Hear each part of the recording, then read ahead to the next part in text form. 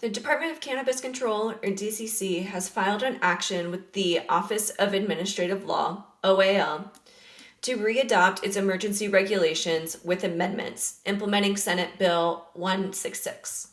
The bill requires DCC to develop and implement a program to provide waivers for cannabis licensing fees, with at least 60% of the total amount of fees waived allocated to fee waivers to local equity applicants and licenses.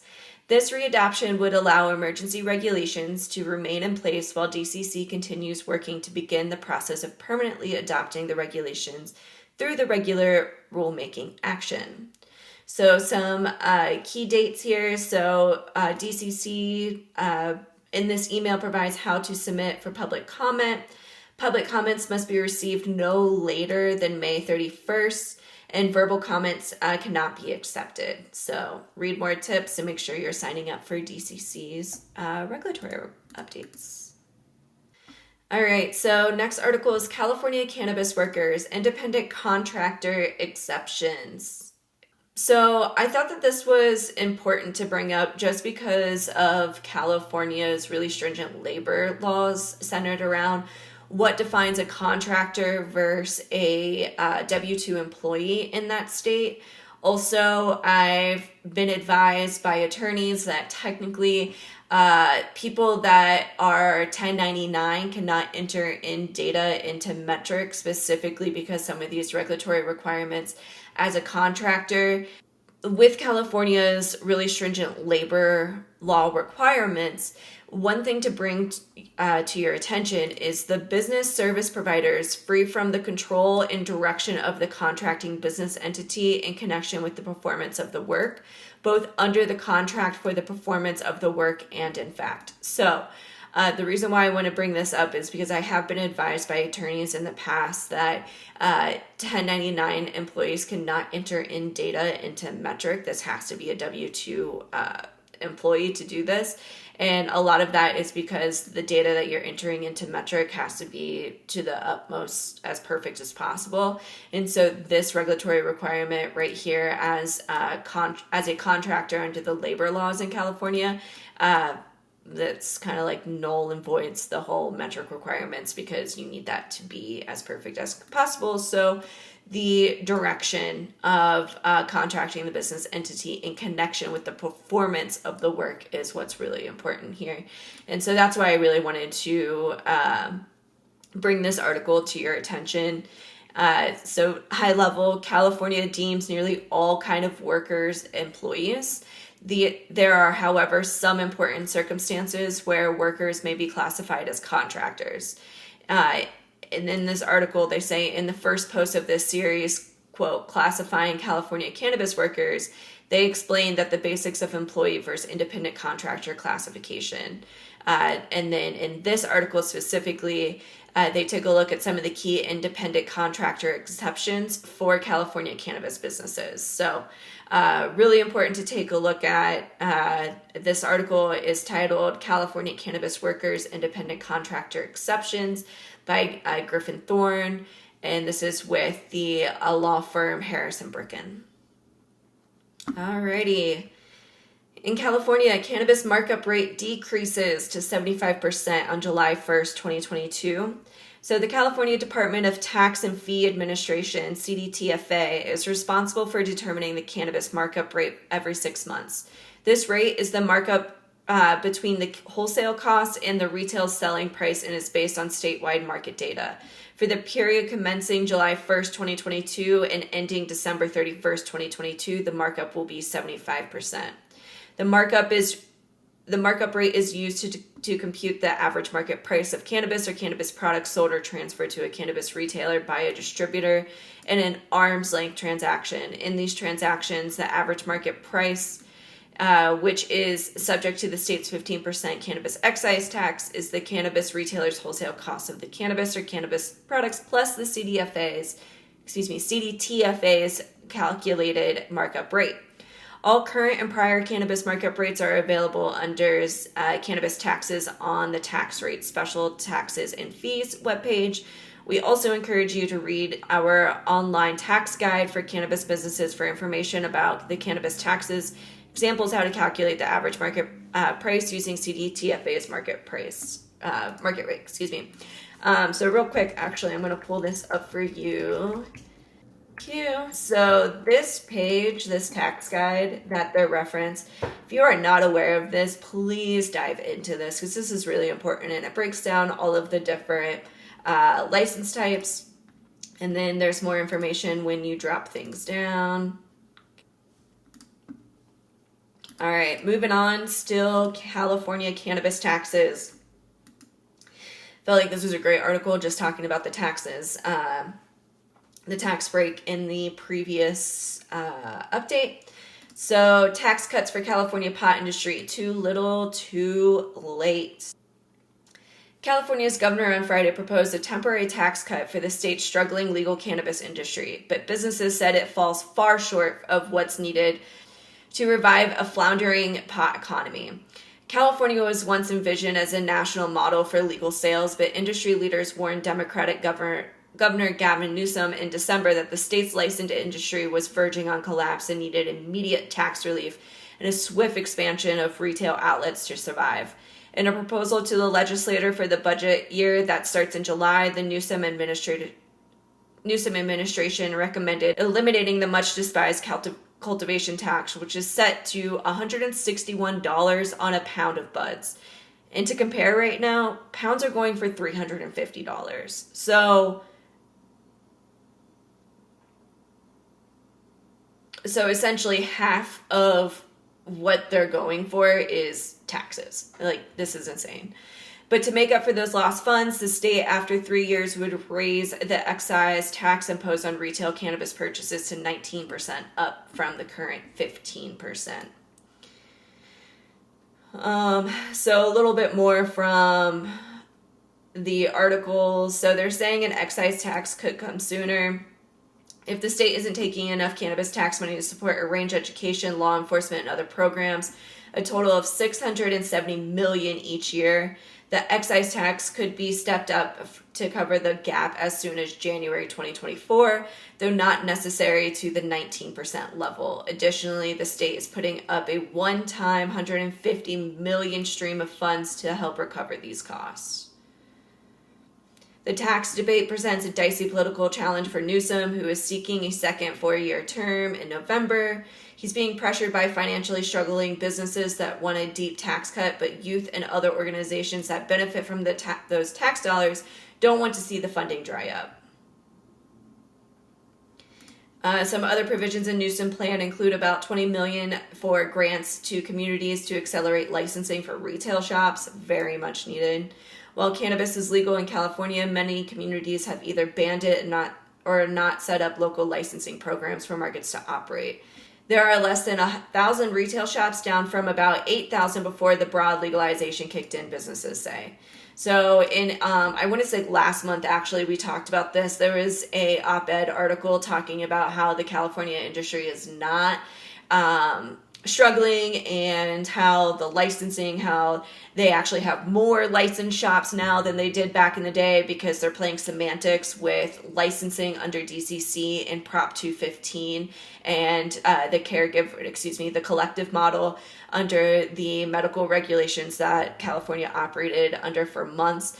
And so as we can see here, people that are veterans in the California industry and truly understand this industry, it is significantly less access now under DCC Prop 64 than Prop 215 and during the collective days. All right, and let's just keep on talking about the governor's budget for a little bit because, I don't know. At every point, it's a struggle in this industry. Some people are for it, some are against it. Me personally, I think that the tax should just be at the retail level and call it a day. I think exchanging hands through this distribution bottleneck and having a forced distribution is actually more detrimental to the industry because you're exchanging hands, all this red tape, and just this entire tax collection at the center of the supply chain instead of just at the end, at the time of retail to the consumer would be what's best. But let's talk through it a little bit more. So the governor's office today released a revised 2022-2023 state budget proposal, building on the state's ongoing work to make historic investments into California's future, including efforts to create a safe, sustainable, and equitable legal cannabis market. Governor Newsom delivered on his commitment to help simplify the tax structure by moving forward a proposal that, if approved by the legislature, will remove unnecessary administrative burdens and costs, temporarily reduce this tax rate to supporting shifting consumers to the legal market and stabilize the cannabis market. We have heard from many of you who have said that the current cannabis tax framework is overly complex. Agreed. We know that the current tax policies disproportionately burden cannabis farmers and small businesses and create instability throughout the supply chain, ultimately undermining the societal benefits of a taxed and regulated cannabis market. The May revision proposed statutory changes to reform cannabis taxes and help reduce burdens of legal operators. Some changes include setting the cultivation rate at 0 beginning July 1st, 2022, shifting the point of collection and remediance for the excise tax from distribution to retail on January 1st, 2023, maintaining a 15% excise tax rate. I cannot agree with this anymore. Do this immediately. Setting Allocation 3 funding for youth education, intervention, treatment, environmental restoration, and state and local law enforcement programs at a baseline of $670 million annually for 3 years. Up to $150 million one-time general fund is available as needed through 2025 to 2026 to backfill allocated 3 funding, along with the authority to increase the excise rate tax through 2024 to 2025 if tax revenues fall below the baseline for the Allocation 3. And then strengthening tax enforcement policies to increase tax compliance and collection to reduce unfair competition. My goodness. Yeah, the first 2 points are what I agree with the most, is just making sure that cultivation, no more cultivation tax. I mean, they're paying pretty much 50% of what they're selling their pounds for right now. Shifting the point of collection to retail just nix this entire distribution model. I mean, really, with the distribution, it shouldn't be forced. If someone wants to use a distributor or transporter, great. Don't force it. It's absolutely mind-boggling to me. But at the same time, in California, all of our testing happens in the distribution level, so that would require an entire an entire breakdown and rebuild of the entire regulatory framework for California. All right, and then just to finish up this article, so in addition, the governor's budget proposal includes a one-time allocation of $20.5 million to help expand access to legal retail throughout California. The grant program will assist cities and counties that do not currently license storefront and delivery-only cannabis retailers. If approved, the funds will aid localities with the development and implementation of local retail licensing programs and help more of California's existing consumers gain access to regulated and tested products through licensed and legal retailers. Yep, that's your other problem. We need more retailers in California. Alrighty, shifting on gears over to Colorado.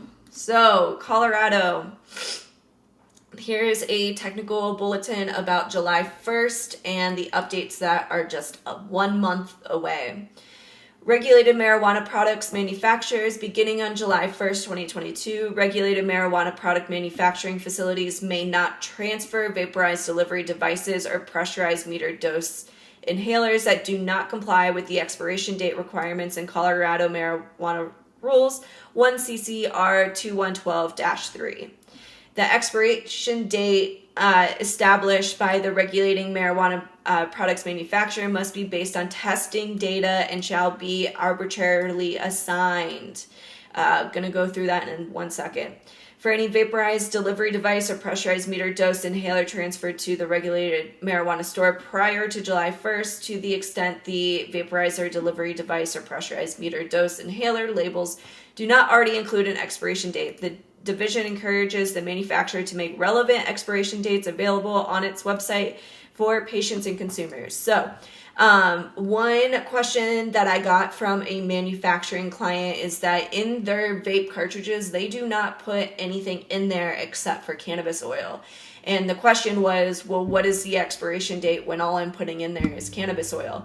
Well, if you're in Colorado, you need to know what your shelf stability is for that product. So specifically, you need to have testing of that specific batch. So if you're stuck in a bind right now and you don't have an older batch, go find the oldest batch that you have in your facility.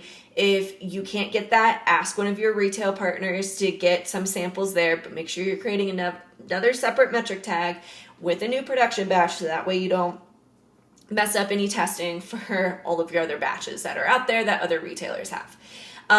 From there, what you're going to do is let's say like that product's like 6 months old, 10 months old, go retest it.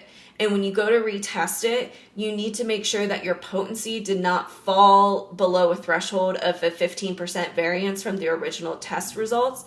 And you need to make sure that you pass all of your panel of requirements. So your entire, like your microbials, your heavy metals, the full panel, you need to retest that and make sure that you pass all of those thresholds as well with your certification of analysis test. Once when you have those data points, you can actually validate what that shelf stability is. So if that original production batch was produced 10 months ago, you just did a retest now, you now know that that product can for sure sit on the shelves for 10 months. Then I would take that same production batch 3-4 months from now, retest it again. So that way now you have a 13 to 14 month expiration date.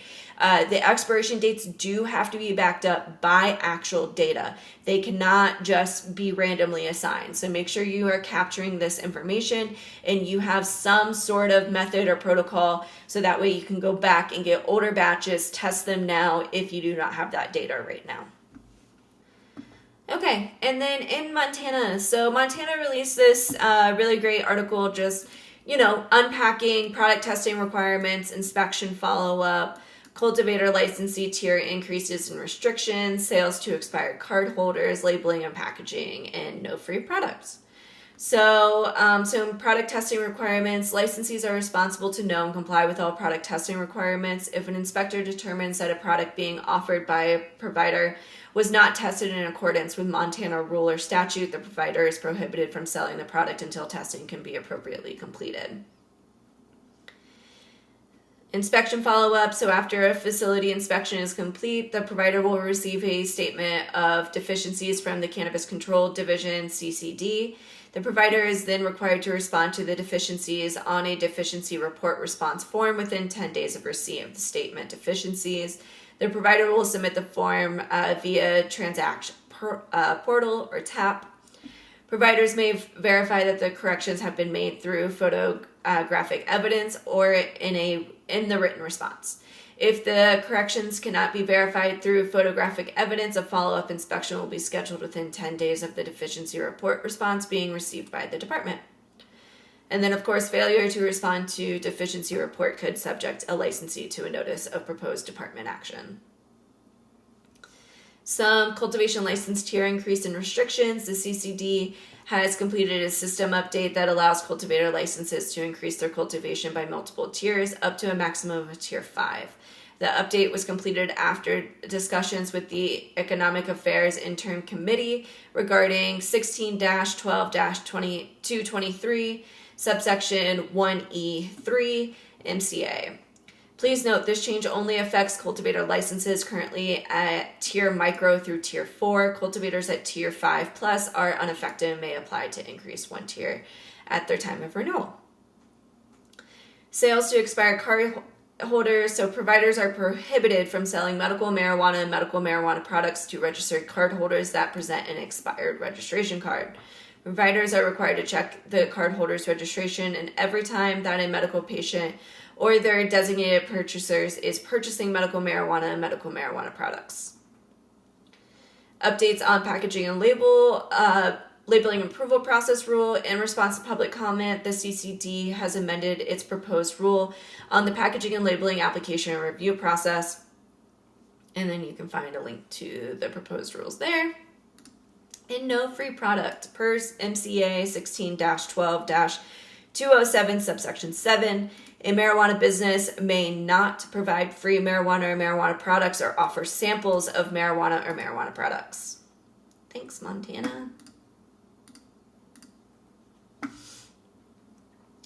Switching gears on over to Nevada. So Nevada says no to alcohol in consumption lounges. So cannabis consumption lounges in Nevada could be opening up as early as this fall, and officials have drafted regulations to address public safety concerns. The proposed regulations set to be approved in June would work to solidify anti-DUI policies and focus heavily on employee training. As part of those proposals, alcohol would not be allowed at the consumption lounges. Cannabis Compliance Board, CCB, Executive Director Tyler Clemens told Fox 5 Vegas, the policy recommendation comes after CCB officials learned in working with law enforcement that polysubstance use is an ongoing issue in Nevada. Yeah, I mean, let's get consumption lounges open first, and let's get that grooving before we start mixing alcohol with cannabis. I mean, even the most experienced users, yes, I consume cannabis and drink alcohol at the same time, but I know my limits. I know how the two compounds can work together or sometimes against each other. And for new users, that could be really overwhelming, and you can get the spins, and it's not a lot of fun. So I think this is a good decision, at least until cannabis consumption lounges become a lot more frequent. All right, and my last few updates are for Washington. Washington always does a really great job of over-communicating, so I'm going to breeze through these pretty quickly. So the first one, update on extended and expiring cannabis allowances. So essentially, the minors present on premise to support families impacted by school closures allowance have been extended until September 30th, 2022. Allowances expiring on June 1st, 2021. Other LCP created allowances designed to support licenses temporarily due to impact of COVID are still set to expire June 21st. The expiring allowances include cannabis curbside service, giving away sanitizer and mask, and walk-up windows. So that is all extended to September, almost October. And this is just, again, the same article about the minors on premise. It's just the article from there.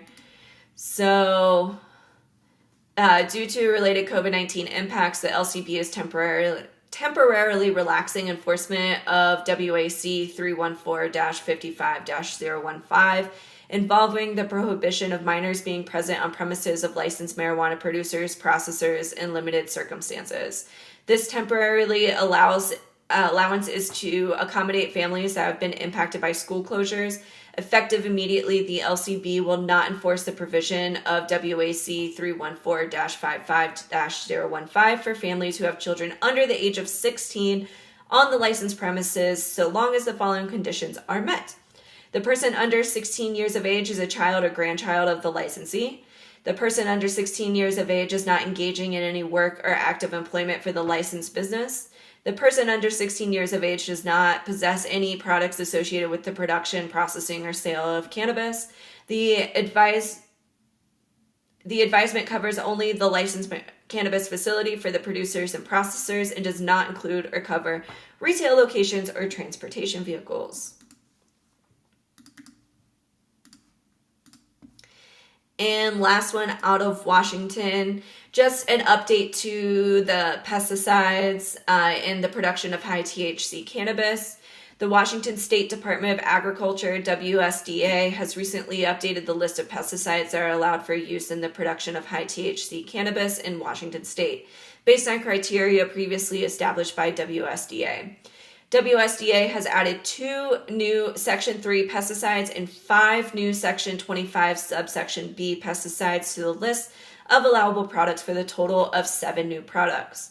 WSDA removed 28 Section 3 pesticides and 22 Section 25 subsection B pesticides for the list for a total of 50 products removed. See details in this article right on here for those removed in the tables below. This updated list contains 261 Section 3 pesticides and 81 Section 25 subsection B pesticides for a total of 349 products allowed for the use in the production of cannabis in Washington state. And that is all I have for you this month.